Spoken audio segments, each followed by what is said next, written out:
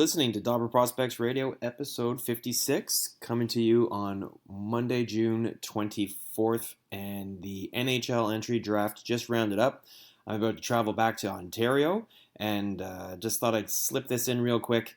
There's going to be a number of upcoming episodes in the next few days. I'll try to get them out as quickly as possible. They're going to be short little episodes featuring interviews that I did at the draft with different writers and scouts, etc.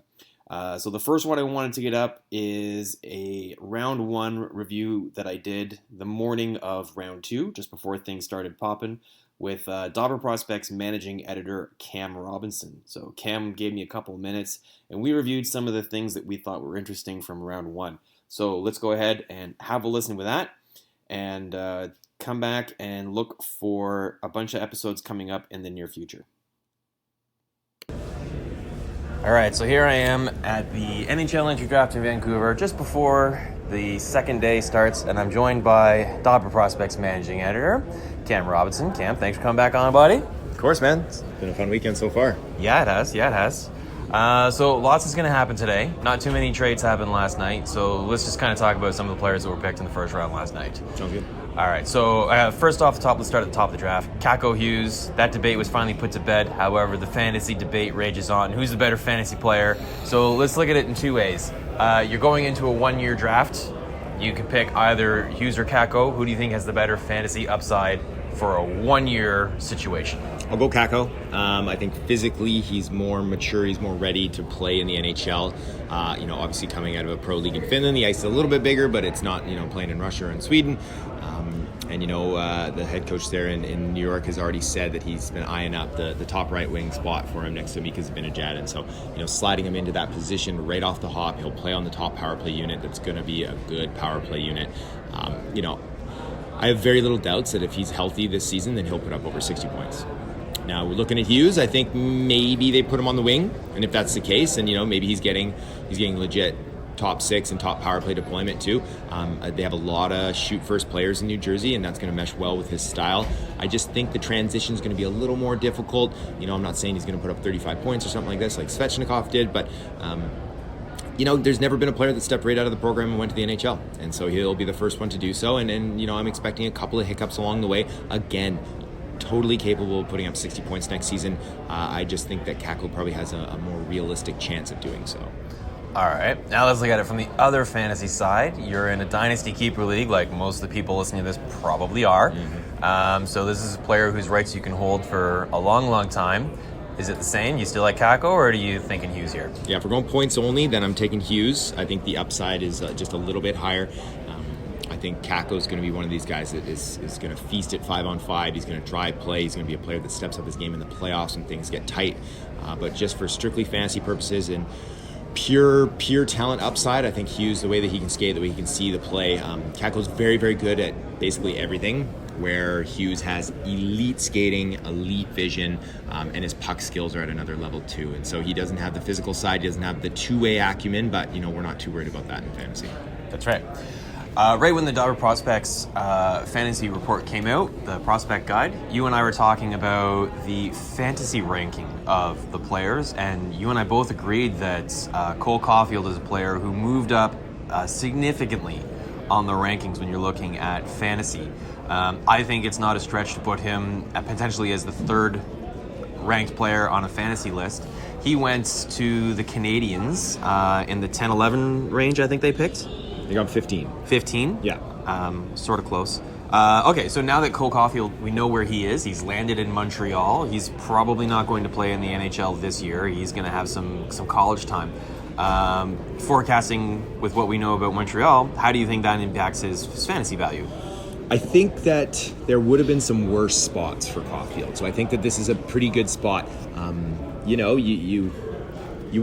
We all kind of envisioned maybe he'd go to Edmonton and what could he do with Connor McDavid, which is basically, Jack Hughes on steroids. But going to Montreal, they have some nice young centers in their pipeline. Obviously, Jesperi Kotkaniemi is already in the show and doing his thing as an 18-year-old this year. And he's maybe what you'd call Jack Hughes light, where he has the same sort of vision and patience and puck control. He doesn't have the same speed, but I think that those two could be a very interesting combo together. That, if it's all about if Caulfield can be elusive enough to find those soft areas of the ice in the NHL. And so you're right, he's going to go to college. He'll go to Wisconsin. I expect it's at least 2 years. And then he's going to step into the NHL. He'll probably score 30 goals next year as a freshman, which we haven't seen since Kyle Connor. But, it's going to be interesting to watch. I think, like I said, there could have been some worse spots for him if he landed in some places that didn't have really good young distributing centers in their mix. You mentioned Edmonton. That's funny because I was thinking a lot about that as a fit for him, and I don't know if that would actually be a good fit on a line with McDavid, because McDavid's game is all predicated on speed, both thinking and moving at an extremely high rate. And Caulfield thinks the game at a high rate, but he doesn't move at the same sort of tempo. So I wonder if that would have actually been a good fit for him. Yeah, and but Jack Hughes plays with a ton of speed as well. He's a little more east-west than McDavid, I'd say. So you're right with the true, up and down the ice that McDavid can do. But maybe they put him with Draisaitl then. And I think just having high-end centers to work with is what he's going to need. He's going to need one that it fits well if he's going to be an impact goal scorer in the NHL. And I think that he's going to get every opportunity to do so. They got Suzuki there in Montreal as well. They have some nice centers that could mesh with Caulfield. So right. I think that, I don't know if he's still third for points only in this draft, but his upside is high enough that you're definitely looking at him in that top 5. All right, so someone else who might be in that third in a fantasy ranking has got to be Alex Turcotte. He's picked up by the Los Angeles Kings. A lot of opportunity for him in that organization. Big question mark with Gabe Vilardi and his health. I kind of like that as a really nice landing spot for him, fantasy value-wise. Do you see it that way too? They don't have a ton to work with on the wings. LA is void of talent throughout, I'd say. I really like Rasmus Kupari. I think he's a player. JAD, Jared Anderson-Dolan, I like him too. I think he's more of a secondary guy. Maybe he slides over to the wing and he could be an interesting player that does a lot of different things. But for me, I think he's also going to Wisconsin. It's likely him and Caulfield will be playing together in the top 6 next year. I really think Turcotte's going to be a one and done kid though. That he could arguably be ready to push for an NHL job right now. But these American kids, they go to school, and so I expect him to do the 1 year there. But with him, his upside I think is as a real life player is a two-way monster in the mold of Patrice Bergeron. That'll take heavy minutes, and that'll probably impact his overall fantasy value because we see Bergeron this year. He put up tremendous point per game metrics, but normally he's a guy that hovers around that 1 point per game. Because he is so strong defensively and he's not really going to push up for 100 points. So I kind of see the same thing from Turcotte, especially because he's not going to have a Brad Marchand on his wing or a David Pastrnak. So I think it's going to be a little bit difficult for him to put up a ton of points early on until they start to get more talent in LA.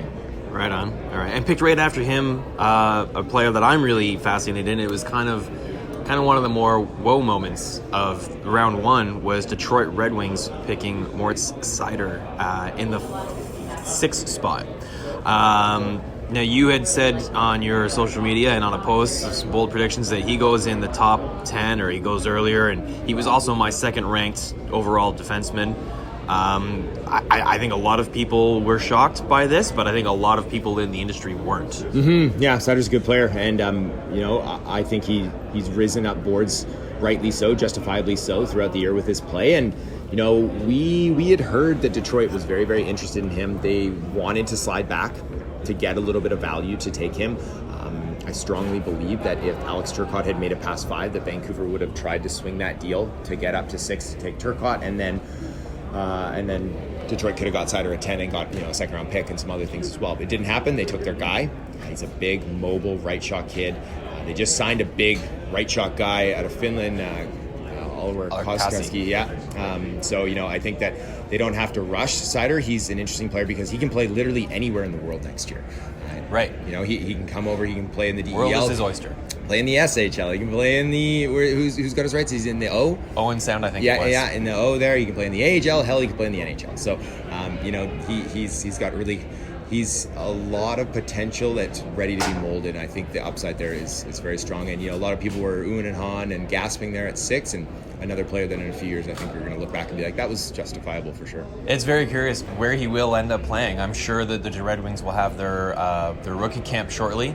And at that point, they'll probably get an assessment on him and see how he feels, where he wants to play, and look at what their options are. And I'm not sure if his OHL or his CHL import rights were released or not. I can't recall. So he might actually end up going back in the import draft, and that could be a factor too. Yeah, I'd like him to play some pro. I felt all along that often we see German kids come into Germany and then go to a more traditional European market. And so Finland, Sweden's the one that makes a ton of sense for me. Yeah. I think that would be a nice slide over. I'm sure there's going to be some SHL clubs that are interested in taking him on. Of course. Yeah. So I feel that would be a good spot for him. Yeah, and we all know, I don't think this is going to change now that Kenny Holland's gone, but Detroit slow cooks their prospects and make sure that they're ready before they go. I see Stevie Y playing the long game here with this pick as well. Yeah. All right, let's move a little bit on to the second half of the first round. Two players that I think maybe a lot of people thought weren't expected to go in the first round were the Ottawa Senators taking Lassi Thomson and maybe the Tampa Bay Lightning with Nolan Foote. I think most everyone else was pretty widely projected to be a first-round pick. So let's start with the Sens and Lassi Thomson. Why would Sens fans not be disappointed with this pick? I mean, as we saw, I didn't get a count there, but teams are reaching to get defenders, and they can't help themselves because it's so difficult to get these players in trades or in free agency. And Lassi Thomson's a right shot kid. He's got good size, he's got good mobility, he's got a cannon of a shot. He's got one of the better shots in this draft, forward defender. His one-timer's big. He can walk into a slap shot. He's got a heavy release on his wrist too. So, he's a guy that can impact the game on the power play with that shot. He's older for this crop, so he's, I think just a few weeks or a month away from being eligible from 2018. So he's further down the developmental arc, so you likely can project what he's going to be a little bit easier than some of these later 01 kids. I like him. I liked him better in the 30s. So I think it was a bit of a reach, but that said, I know that there was a few scouts out there that liked him, around that 15, 16 mark, and so he went 18 there, and so, it's not crazy. Once you got past that next tier, if you wanted a defenseman and you wanted a right one specifically, you were going to have to move up on a guy like Thompson. So not fantasy irrelevant. I mean, older, more mature, hard shot, plays power play. These are all things that pop out to me if I'm looking at a player and his fantasy value, right, on a defenseman. Yeah. He's not a defensive defenseman. He's not a defensive defenseman. No. Cool. No. All right. Nolan Foote to Tampa Bay unites the Foote brothers. That's kind of fun. I don't know if they shoot left, but if they do, they got two left feet. Cal's a righty. Yeah. Russ Cohen broke with an article on EP Ringside that Foote was playing with an injured wrist all season, and that maybe impacted his performance a little bit. I kind of like Nolan Foote. His rookie season in the Dub was pretty impressive, and ever since then, he's been on my fantasy radar. I don't think this was that much of a stretch. I guess the knock on his game is, pardon the pun, but his footwork. Mm-hmm. Yeah, so let's talk about Foote. What's your take on that pick? Yeah, I saw that when Russ broke that too, and that was interesting to hear because, he still scored 30-odd goals in the Dub with an injured wrist all season long, and that was, and so that's, the kid knows how to shoot the puck. That's never been in question. Another older player for this crop, a 2000 born, not too far away from being in the 2018 class. I wish he had a groin injury, and we could be like, oh, that's what affected his mobility for most of the year, because he's not the fleetest of foot, and we could do this all day. I think that in the right situation, one foot in front of the other. There you go. He's going obviously to a tremendous organization that has a lot of skilled players that can get him the puck. So I think he's a bit of a project that he'll take maybe a little bit more time marinating before he's a real impactful NHLer offensively.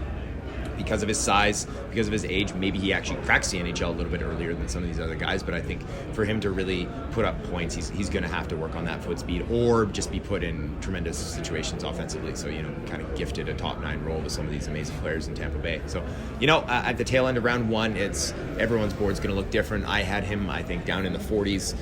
But again, we're splitting hairs at this point, and it's going to be jumbled. Right.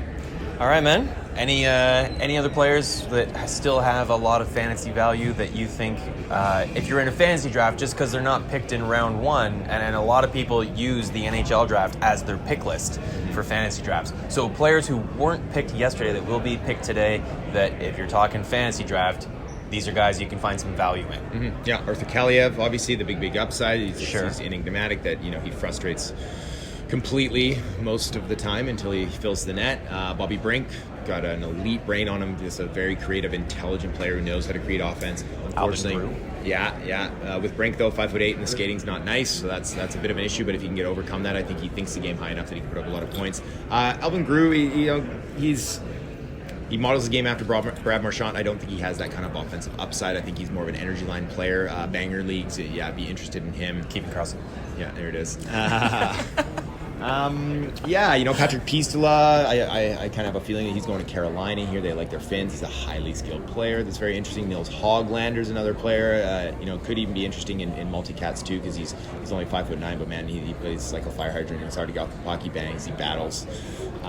Someone we didn't talk about too for multicat is going to be Puck Colson, and the potential of him and Petey living together, or even Horvat. Him and Horvat would be just a deadly shutdown kind of offensive line too. But you put Puck Colson with Pettersson and Besser, and that could be some pretty amazing stuff too. Especially he'll fill some boxes across all categories. Right on. Now the other thing I look for in fantasy coming out of the NHL draft is overage players. And I really like, and I've been talking about this pretty regularly on the show, I like overage players because their turnaround time is much faster. You don't need to park them on your bench for 5 years. Who's your top 2 or 3 overage players? I'm guessing the list starts with Brett Leeson.